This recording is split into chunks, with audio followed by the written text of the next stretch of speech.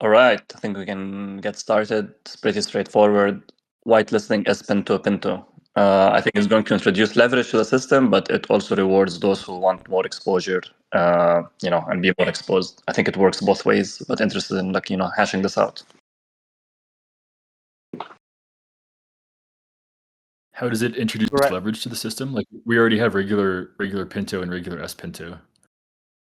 Yeah, I mean, you're talking about the same person right now instead of whitelisting. So you're whitelisting like an existing asset.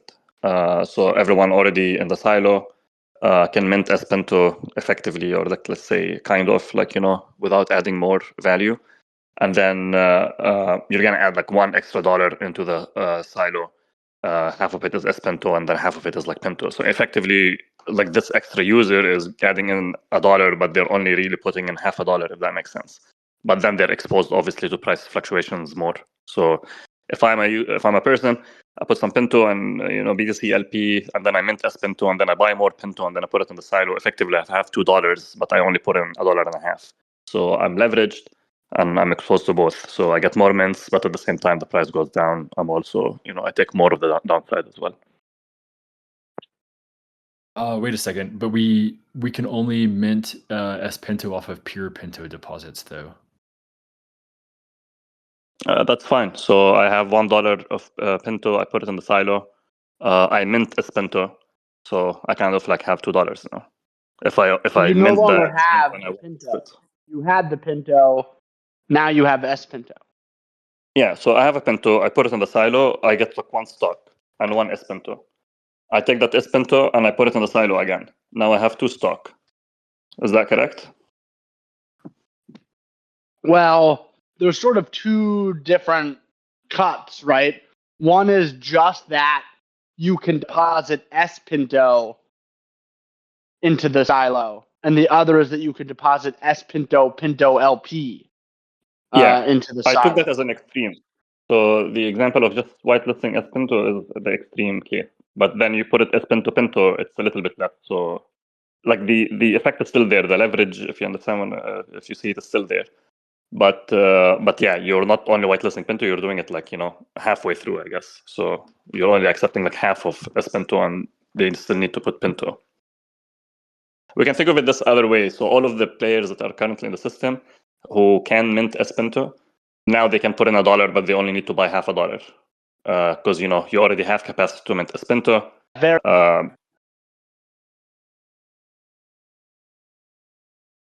Sorry, I might have cut off or missed someone.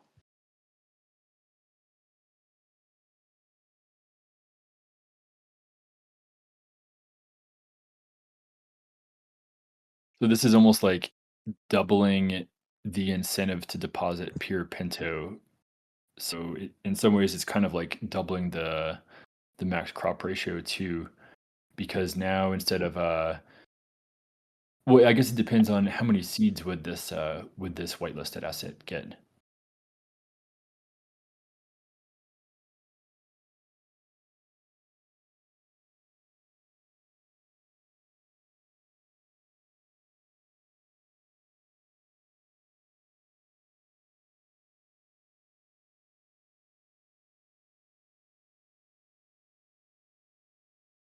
Zero X, I don't know if you're speaking, but we can't hear you. Oh, what's up, Karakaya? Oh, my friend, happy to hear you. How are you, brother? Everything is good. Very fine. Hope you are good to all of you. I'm happy to hear from you. Welcome. Thank you. I will ask, can we do anything like me about like expanding the user base? What do you think about this? So I bring my cousin. He's very young. First time crypto buyer. Make little sewing, but I could only do this.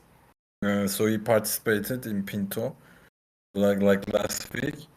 But if we can do something more, I think that's the most we need. So happy to hear from you. What do you think about expanding user base? Thank you for your question.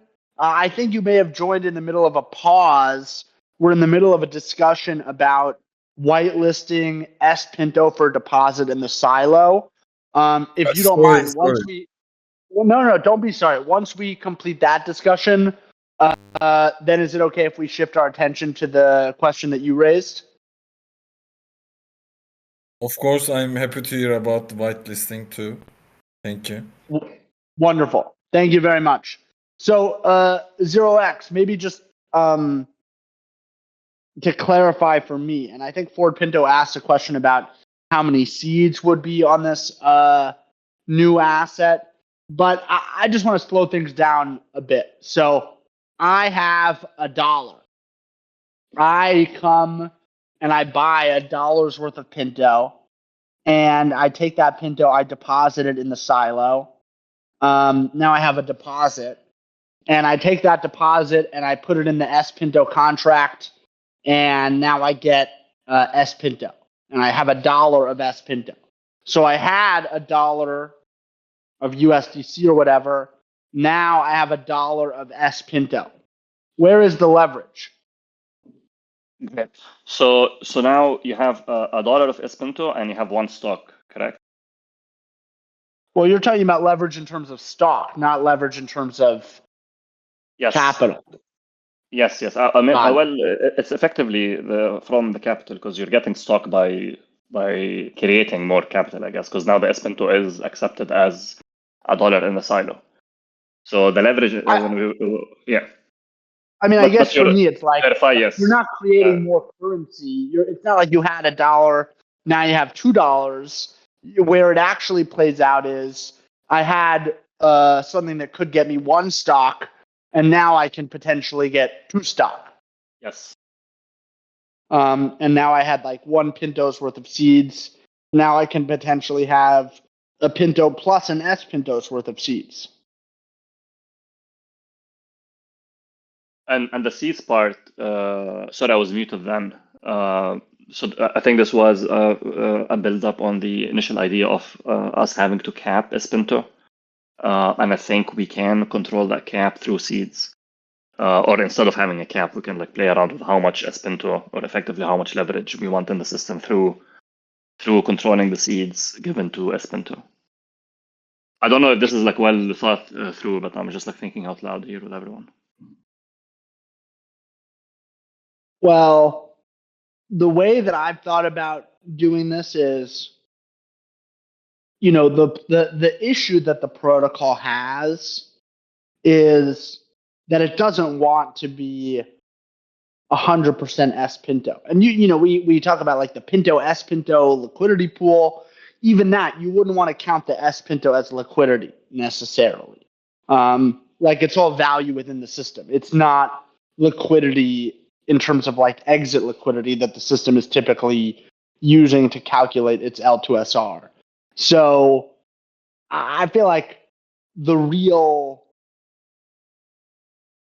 question is just around the amount of Pinto that the protocol has in the silo relative to the non-Pinto, which would really mean that we want like the S Pinto to be, at least in terms of the L2SR calculation, to be effectively treated as regular Pinto and not even double counted, if that makes sense. Maybe you would want it to be double counted, but I guess the point, I think it was Ford Pinto that said it's effectively like doubling the crop ratio. Yeah, I agree with the doubling. This is how I think of it as leverage. So if we double count it, or we don't count it because we know that this is like, if half of the amount is from S Pinto, then we know that the system is like double leveraged. Or like half of the liquidity is S Pinto, then that amount is effectively leveraged. So I agree with you that we don't count it as part of the L2SR. But maybe the question is like, what do we benefit from this? So I think one benefit is just enabling those who want more exposure in the system to be able to do that. I'm riskier. I want to like put in more risk versus other people. So that's like one way. And I think the other thing for the system is, I guess, is the same, is to enable people who want to put in more risk. So we now open a new category to all of these who are already in the system to give them an incentive to, put in more, I guess. without having to, it's like, now I don't need to buy $1. I only need $0.50 to get the worth of a stock of $1. So I have more of an incentive a little bit here now as an existing player to, I guess, put in more in the system versus, because I get like effectively a discount, if you think of it in that way, given that I'm already in the system. So I see those two benefits, those sides. So the system is able to create a little bit of extra demand from its existing participants, and then the existing participants who wants more risk have a way to get like higher exposure. The downside obviously is that, when things go down and this person decides to leave, this person is leaving with double the amount, I guess. So it's it's like leverage both ends or both ways. Why would the protocol want? Go ahead, Frio. You said one of the benefits is to allow participants to take more risk. I don't really understand where the risk is coming from. Given that they still have exposure to all, they have $1 capital in the system. To me, it's just a way for them to get more stock in the system. Yeah, because if it goes down, you have more capital that's in there. So not only now you're not only like going down on $1, you're going down on $1.50 of what you've put in. There is some reflexivity here. I need to think a little bit more about it as well. But I believe as the price of Pinto goes down, so everything goes down together. You should be, as a person who does this as well, you're gonna lose more than had you not done this. It's just leverage. So you gain more, you lose more, both ends. I don't necessarily think that this is healthy. I'm not understanding. Like the leverage element for the individual, isn't it just stock leverage? Yes. So how does that help us? It's like stock leverage, but you're also buying more. So you also made that depositor buy more Pinto in order to get that leverage. So it's like you give it to them at a little bit of a discount, but they did buy more. Wait, where I got lost again. Where did the leverage come in? So I have the Pinto now. To whitelist it, I need to buy more Pinto. I can't just put in the Pinto by itself. So I have to buy more Pinto. Got it. Because you're saying don't just whitelist the Pinto, whitelist the Pinto LP. But I'm still not understanding. Couldn't I just take the Pinto? Yeah, all you'd have to do is unwrap half your Pinto to deposit into this Pinto pool. Yeah, but I guess I don't understand the leverage because in that unwrapping, you're still putting in $1, and your position, the LP position, is still worth $1 for one Pinto. Yeah. So yeah, I'm trying to understand where the increased risks come from. Because from my perspective, you're still exposed to one Pinto's worth of price in both one Pinto's versus one Pinto worth of Pinto LP. Yeah, let me rethink this maybe with better examples presented. But what you're raising might be a good point, because I'm not sure if I thought of this well. But let me rethink this with better examples, and maybe I can share it again. I think that makes sense. For me, the way I've thought about this at a high level is like the protocol, if you can mint in a seamless way as a user from Pinto into Pinto, there's really minimal benefit in having a liquidity pool of Pinto Pinto, if that makes sense. It's not necessarily a bad thing either. Like if we just have Pinto hanging out in the silo, there's no reason why it couldn't be paired up with Pinto. But I don't view it to be something that is like positive for the protocol in almost any regard, because there's already liquidity to and from Pinto. And then it's like this issue around the stock doubling. There's a couple ways you can handle it. One is sort of by decreasing the amount of Pinto stock. But then I think that forces people to hold Pinto. And the protocol doesn't really want people holding Pinto necessarily. So at least for me, where I've currently concluded is like there's not a lot of benefit to the protocol in making S Pinto something like natively incentivized. If there's utility for S Pinto, that's going to create enough demand for it independent of anything else. And there's not really an increase in the utility from having one of these pools. So it's never really made sense to me to do. There's a lot of complexity, and I don't see a lot of benefit.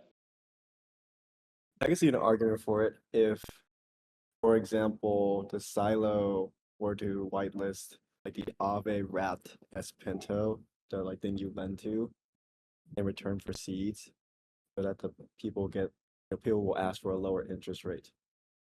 Because S Pinto gives you exposure to the stock of the whole S Pinto token supply, but no seeds in practice.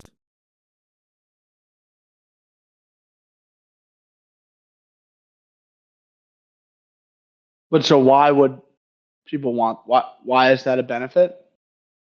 Because the protocol is incentivizing users of S Pinto to lend their S Pinto in return for some seeds. Otherwise, these lenders would probably require a higher interest rate, given that, because they're holding S Pinto instead of just silo deposits, they're not getting the full seeds, full silo exposure.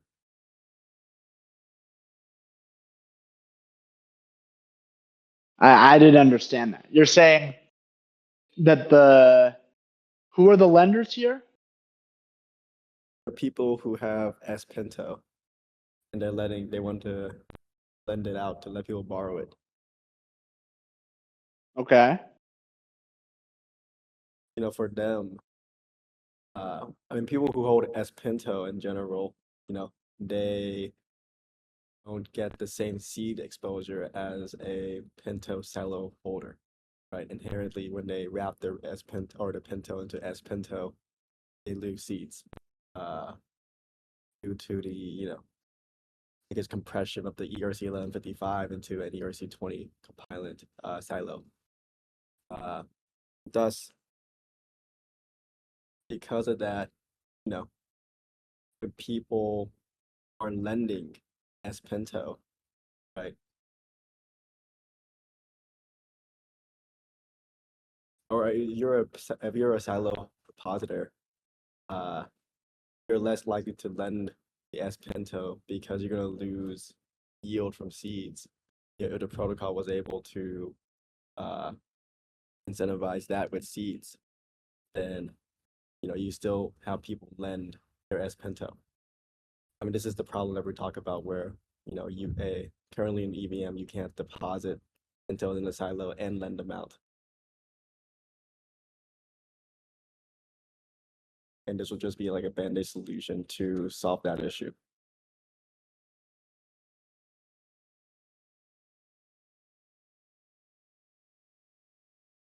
I hear what you're saying, but I'm not connecting it to the S Pinto point. Like I'm just saying you say that there's a benefit to the protocol in users holding S Pinto. What is the benefit? The benefit I'm not saying they're holding S Pinto. I'm saying there's a benefit for a protocol for people who have S Pinto to lend it out. For people who have S Pinto to lend it out. Because now there's the protocol. If the protocol may want to express a desire to add more supply to the lending market. I'm saying with C's, they can, the protocol can granularly express that want. Because right now S Pinto is really the only way to facilitate borrowing against your silo position. And so I guess you're suggesting that the protocol, if it could measure like how much S Pinto is being posted as collateral in various lending protocols, that it could increase or decrease the seeds associated with the S Pinto in order to make it more or less attractive to use the S Pinto as collateral. Exactly. That's just for me. That's like one possible utility of whitelisting as Pinto in the silo. And to me, that isn't the biggest desire at the moment. So I'm just kind of brainstorming on what kind of flavors of S Pinto or what protocol would want users of S Pinto to use. You know. Totally. Like, No, that's great. It's a great point you're making. I think we're pretty far away from the protocol having opinions about like how much assets are being borrowed against Pinto. Also, like an open question as to whether that's even like data that the protocol can realistically measure in a full-fledged economy. But definitely a very interesting point you bring up.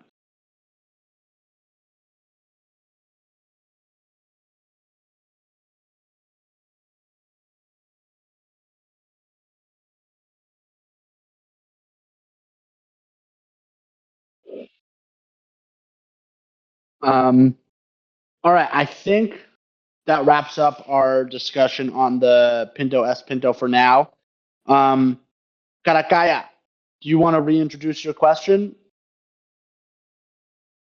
Yeah, I was thinking about how we can expand the user base. What can we do? Personally, I can do because I think we need like more users, exactly like minimum 1,000. I think we have like near 700. What do you think about expanding the user base? I wanna listen. So thanks. Well, I'll comment for me.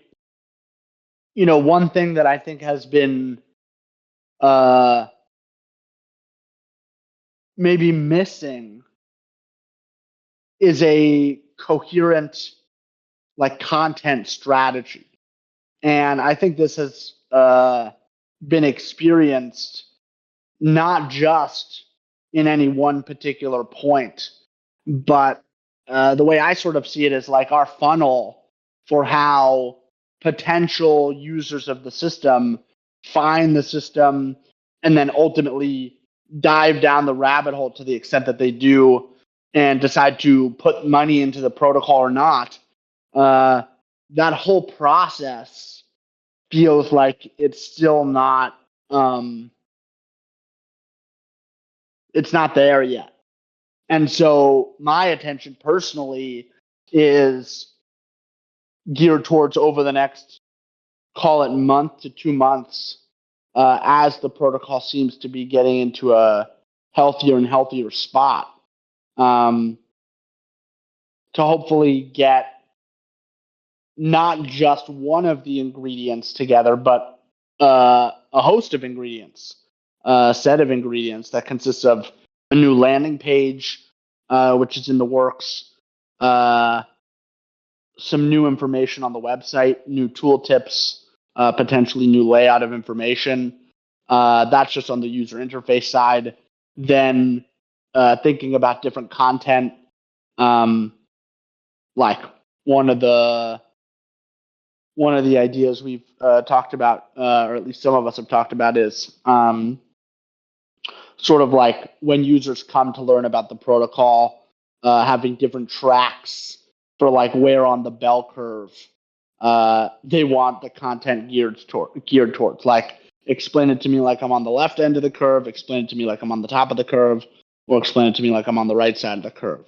And I think that actually answers a lot of the problems we've been having around like a lack of clarity when creating any particular content, who our audience is and how sophisticated to make things. So, and I think that will have really far-reaching effects in terms of like the documentation, the guides, and all that stuff. And then I think from there, we'll have a much better launching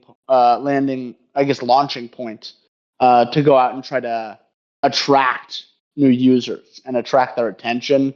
And then once we have their attention, they'll actually have a whole suite of things combined with the website and the content I've been talking about. I'm not saying combined with, the combination of the two. that I think should create a much better funnel from the top to the bottom. So this plan that I'm talking about will take a couple months to manifest, to really put in the work necessary, not just on the front end or the docs, but across the whole funnel. I think it's going to take a little bit of time, but that to me feels like the highest value thing we can be doing as a group right now, is creating this funnel very meticulously. Those are my thoughts.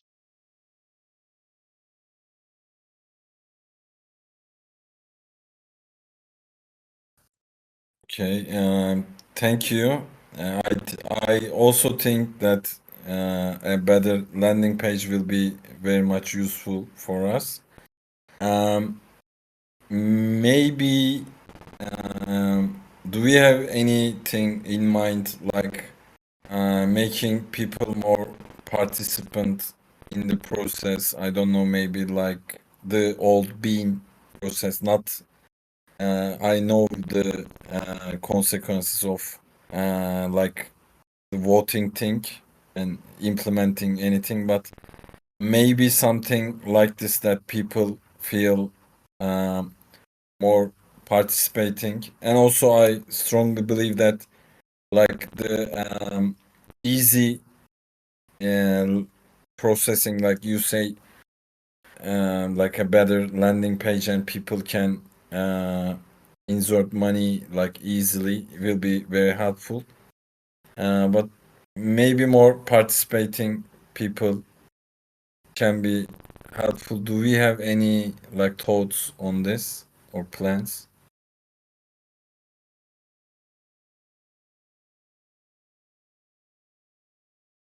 Well, the short answer is yes. The longer answer, slightly longer answer, is it's a question of time horizon and complexity. So I think the problem that you've identified, which is that this lack of participation in the protocol, and not just like governance about the rules in general, like how money is spent, what is being worked on, stuff like that.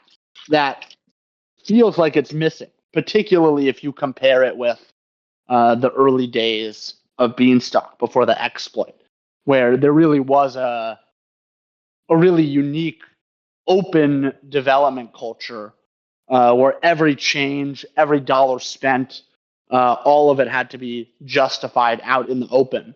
And there was, what ended up happening was that there was a real forum for discussion and debate, which I do feel like was part of the bedrock of the community element that made the protocol so successful. So I think your question and this idea of like, how can we re-engage? How can we, with Pinto, I guess, for the first time, engage the people to be much more participatory, to me feels essential.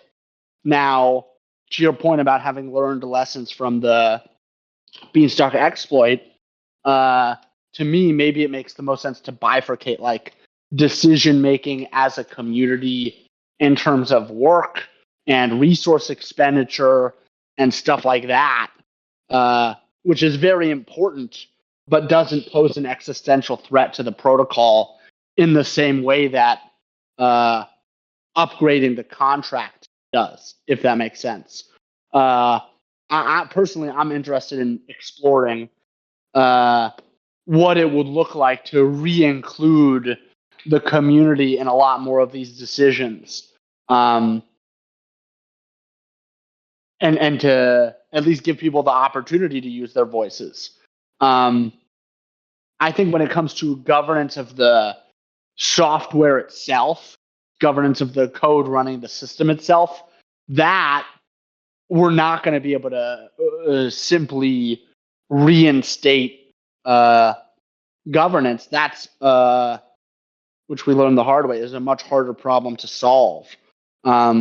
This is where we've talked a decent amount about the fork system, which, as people have started to make me aware, is improperly named because forking sort of implies like a separation, whereas this is more of like an upgrade system.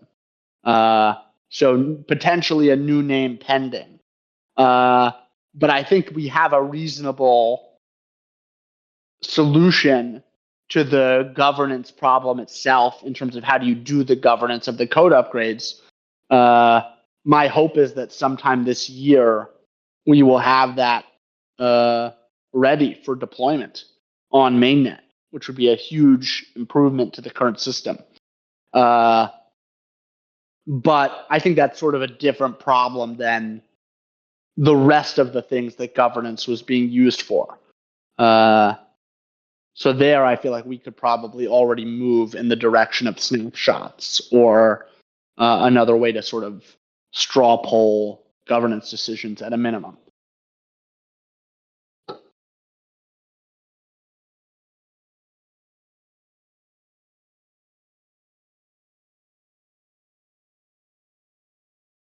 Yeah, I wasn't there at being like exploit, but I also strongly think that like it should never happen again. So maybe like some two sided implementation can be made. Maybe I'm just free thinking. Like maybe people can offer something, come with some advices or maybe some surveys, and the implementation made by some board or some governance, like the Senate, like to, I don't know the proper word. But maybe the implementers can be Pinto workers in order to stop the exploiting, I think. Maybe we can do that kind of stuff. But making people participate, I think, will help us so much because it's like, as I feel, people is like waiting for some activity every time. We have many like long-term investors, and at some point they think, okay, let's go, and they sell. If they didn't sell, we would be in peg, like, and maybe minting, like, even if we can stop selling for half a month, we would be minting as I calculate. So maybe, yeah, making people more participate, I think will be very helpful. And I want to ask a question, but if it's confidential, you can just say it's not the time. But we heard about an exchange like Nebula. You said, like, as I remember, early stages that will be helpful for Pinto too. If it's confidential or in an early phase, you cannot answer, but how is it going, and how it will help to Pinto? Thank you. So on that, not prepared just yet to share updates on the Nebula front, but soon. I guess the sneak preview would be Nebula is the response to all the problems we encountered trying to get Beanstalk and now Pinto to work. So we're very excited. Brent and I are very excited about it, but it's still not quite time to share. It's not ready just yet. But my hope is that eventually it will be a big thing in and of itself, and also a really big deal for Pinto. Frio talked earlier in the call about like some of the issues that we experienced with S Pinto trying to compress it down from an 1155 to an ERC20. And that's just one example of the many problems that we encountered trying to build in the EVM that we've architected away. So soon I think we'll have something very exciting to talk about. I wanted to respond to your idea around governance and how to do it. This is the issue. Like, you can say that there's a Senate and make it a huge multi-sig. You need 100 people to sign it, and you can verify that they're all good people and do whatever. But at the end of the day, that's totally centralized still. You can try to decentralize it by making it a large number of voters, but you really are creating, on the governance front, a single point of failure. And we, when we're designing these systems, need to keep in mind that even if there's just a single instance of that, it really does compromise the integrity of the system itself.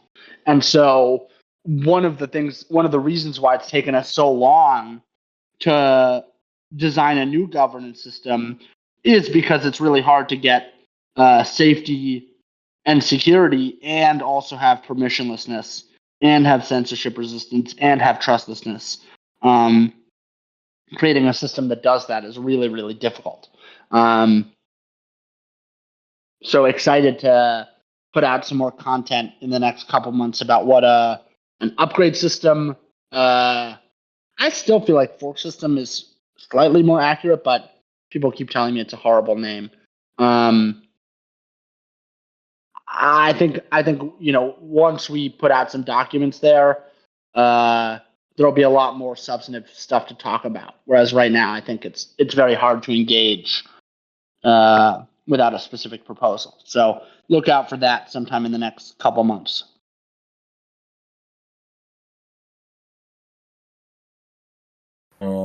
Very, very happy to hear about the exchange. Good luck on that project.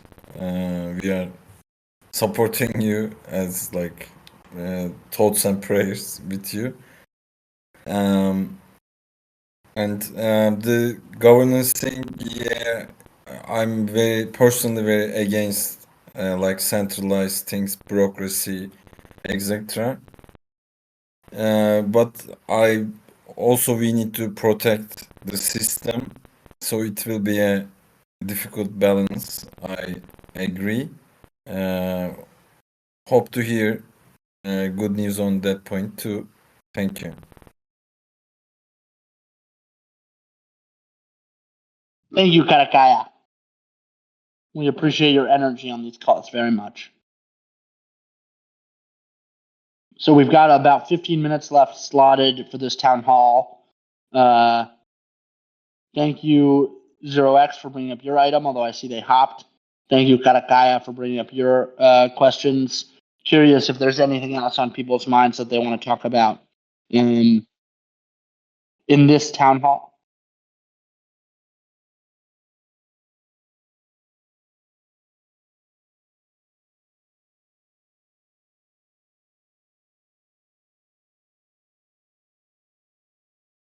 Going once. Going twice.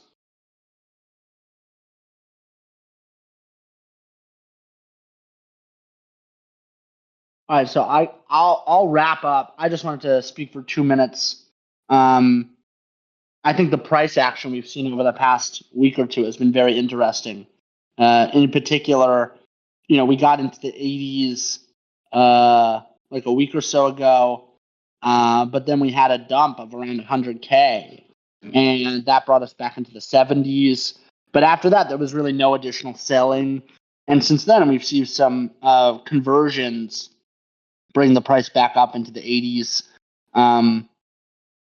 For me, this all feels generally positive. It would have been a negative data point had the sale of 100K, which did move the price pretty significantly, if that had caused additional sales, if that makes sense. So sort of the question that's being investigated in practice here by the protocol is, given that there's an extended period of time below the value target, how much time would it take before people start to sell? And it's not just a question of time, but other negative data being logged, like that there are other sellers that are going to sell between here and when we're going to print again.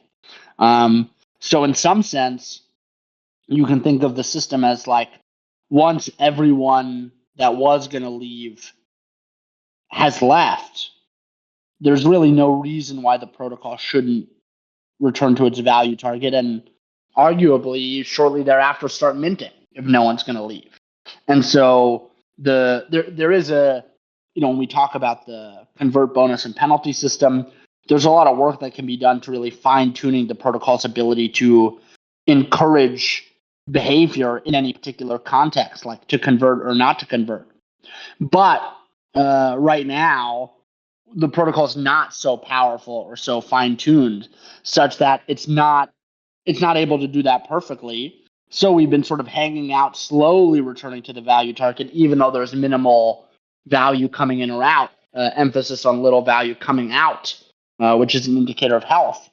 And so I think the thing that is particularly noteworthy is that the fact that the protocol had a new seller that could potentially be a negative data point to all the other participants that are still hanging out, that it might take longer for the protocol to return to its value target, that didn't create any additional sell pressure.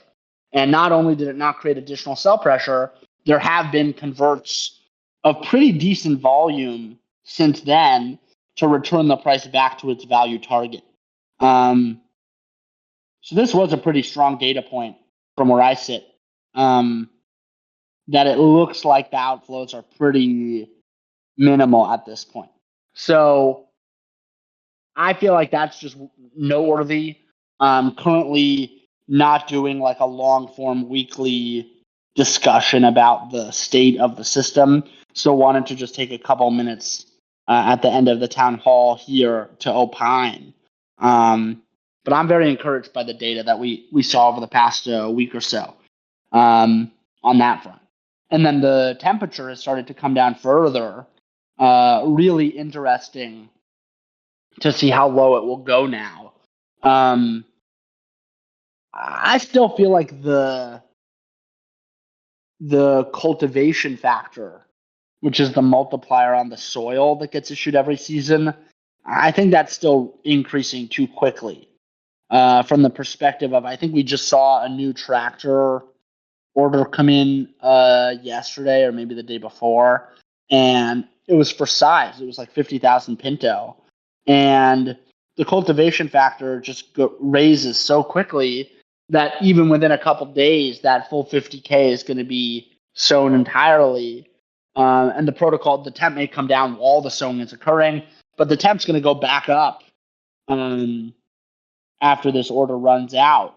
And I think it's probably better for the protocol to increase the cultivation factor more slowly, such that the soil sells out for longer, with the hope being that before the order runs out, someone else is going to come and also submit an order, and that's really how the snowball takes place. So I think where we currently stand on that front is that the cultivation factor changes upwards too quickly. That's pretty much it on this end. I'm curious if anyone has any thoughts or questions or comments about what I just said before we wrap up. Go ahead, Ford. The other side of that cultivation factor coin is that if you ramp it up super slowly, you're essentially targeting like how long do you want it to take to return to target. So if you have it like ramp up super slowly, then you're willing to say like, oh, I don't mind if it takes 6 months to return back to target. But with the cultivation factor ramping up too slowly, people might say like, oh, well, shoot, like, yeah, people are sowing, but it's going to take so long to return back to pegged, like just only through sowing, that it's not worth sowing, if that makes sense. So I think there's a balance to be had there, but yeah, unclear where that would be exactly. Totally. Yeah, I think it's like, I'm not suggesting that it takes the cultivation factor like a month to get to like whatever the equivalent would be, such that there's like 1,000 soil, that doesn't make sense either. But it's like, even if you have 1,000 soil, every 4 days you're going to go through like 100,000 soil. So it's like every month and a half you're going through, like the numbers start to get up there pretty quickly, where you are at least at the current size, going to be able to make a meaningful impact on the protocol, if you know what I mean. So it's obviously important that that scales as the protocol grows, but I don't view that being a significant risk at the moment. This idea has never been brought up before, but I wonder if it's worth considering adjusting the cultivation factor based on the number of outstanding Pinto that's in the SO queue. That might be interesting. Yeah, I mean, that's also, I don't think that data exists on chain, right? Because the SO queue is just tractor orders. Yeah, I mean, they kind of sort of do because of the events getting emitted, but yeah, I think some changes would have to change to tractor at a contract level in order to get that data fully on chain. And it's unclear if it's a good idea to, actually make it like that, because you could like create an order and then cancel it before it actually executes or something. So there's potentially other manipulation vectors there. Yeah, those tractor orders aren't enshrined in the protocol. And yeah, like Ford said, there's so much manipulation vectors that get introduced once you enshrine the ordering into the protocol, if not designed properly. Yeah, it would be cool, but it's very hard to do in practice at the moment. Yeah, agreed. And for me, let's see, 50K right now is about 0.5% of the Pinto supply. But I guess it's a question of like how much of the Pinto supply on a percent basis should start sow, like what is the target we want to sow into the field? Like I feel like with this first cycle, we went from 16 million to 10 million, which is a very drastic drop in supply. But I can't imagine, future cycles will have that steep of a decrease. That was like 40% right now, and we're still decreasing. So it's hard to know how to really adjust the cultivation factor until we've kind of gone through some cycles, I think. I kind of generally agree with Ben that the cultivation factor can go slowly, but to Ford's point, making it too slow, slows the rate in which like on a percent basis, until it gets sown. So I feel like the data point we're trying to figure out is, how long, given a percent of the supply, how long should that take to get sown? With 0.5, I think it'll get sown within a couple of days, which I feel like is relatively reasonable. I think the current parameters it could be better, but I think they're relatively good as it is.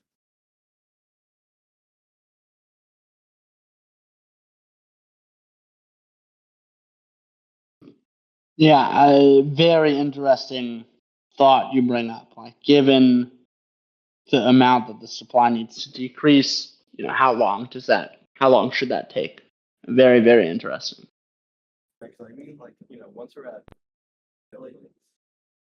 On your microphone stopped working particularly well for you. Sorry, is it better now? Yeah. Yeah, I mean, once we're at scale, at billions, I don't suspect, and we go to a debt cycle, I don't suspect 400 million Pintos or to get sown into the field. So I feel like this is a micro optimization where you have to take in the supply as a factor of the cultivation, or sorry, if input into the cultivation factor. So I'd imagine if we were to optimize this in the billions, it would take so much longer for any amount of sowing to occur at this stage of 10 million, which I feel like, generally speaking, our protocol or the Pinto protocol doesn't really take supply in absolute sense as an input to its parameters. Given that it's really, really hard to, we don't really have much data other than what we have right now. That's something to think about, I feel like.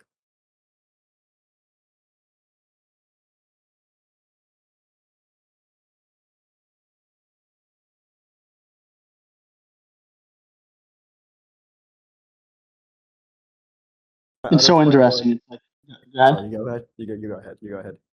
I was just gonna say, like, you can start to see how, particularly with like tools like the crop rate and the convert penalty and bonus system, how the protocol is starting to get pretty good at compelling the behavior that it wants.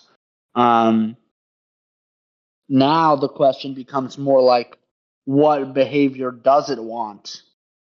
And what would it look like to codify that behavior? Which is quite a state shift or a magnitude shift in terms of like the efficacy of the protocol or the work that's being done here, if that makes sense. Like it feels like we're getting close to a checkpoint where the protocol can, because originally it's like, what was the original problem? The original problem is the protocol can't just do whatever it wants because that can be gamed. So instead it has to incentivize people to do what it wants. So now it's like we're getting to the point where it's able to pretty efficiently, with pretty high efficacy, incentivize people to do what it wants. Now what? Now we really need to like determine what it wants at a much more deep level, which is very exciting. Agreed. I mean, your first point, when you were talking about the converts and how it was great to see that one seller did not start a cascade of other sellers. And your comment of like, this is when protocol should probably start desiring converts and even mints. This is, I feel like, where the convert up penalty would kind of fall into place, where we can design, or if the system is designed in a way such that short-term buyers can be flushed out before people can convert, I think that will make the system much, much more healthier. But otherwise, I feel like we've gotten to a point where with the convert bonus, the convert down penalty, the cultivation factor, these like new gauges, we've really, really, really got the model to the point where it can actually choose what it wants to do.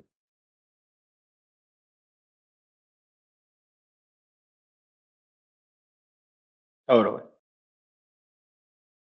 What was the other point you wanted to make, Frio? I know we're running up to the top of the hour here. That was the point. Well, I guess the main point being a convert up penalty would help the protocol choose when it wants to convert, at least on a downward cycle. Like I think the incentive, like adding an incentive to convert is one side, but I think adding a disincentive not to or adding a disincentive to convert is also the other side.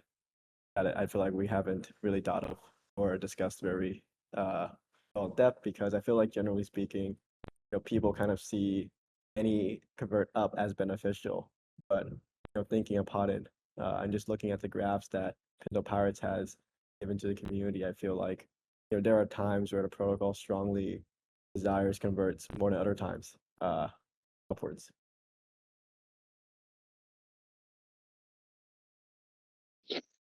Totally. This requires a much more thorough and holistic discussion on what the protocol wants, which to me feels like more analysis on like the state spaces and the meta dynamics or macro dynamics that are at play here. But a great and exciting place to be.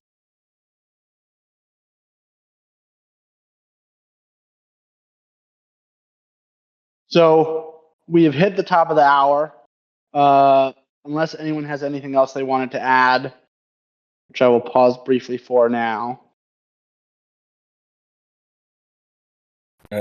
Freeho, I send you a DM. Can you please check about the article in native language? Please. Thank you.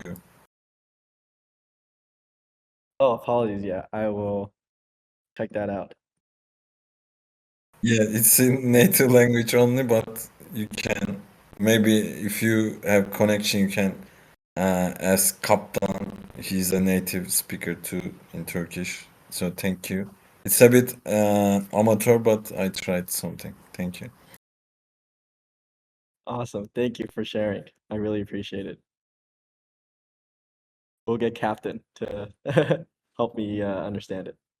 Yeah, he's a better writer and speaker for sure than me.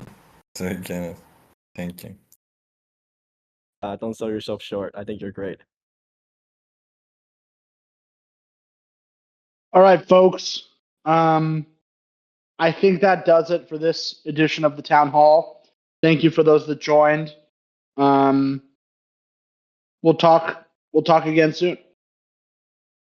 Did anyone else notice that Harry joined the call? The legend. Legend indeed. I think he's scoping us out to drop another $500,000 in or something, but we'll see. Until we speak again, folks. Peace out. Bye, guys. Have a nice time. See you guys.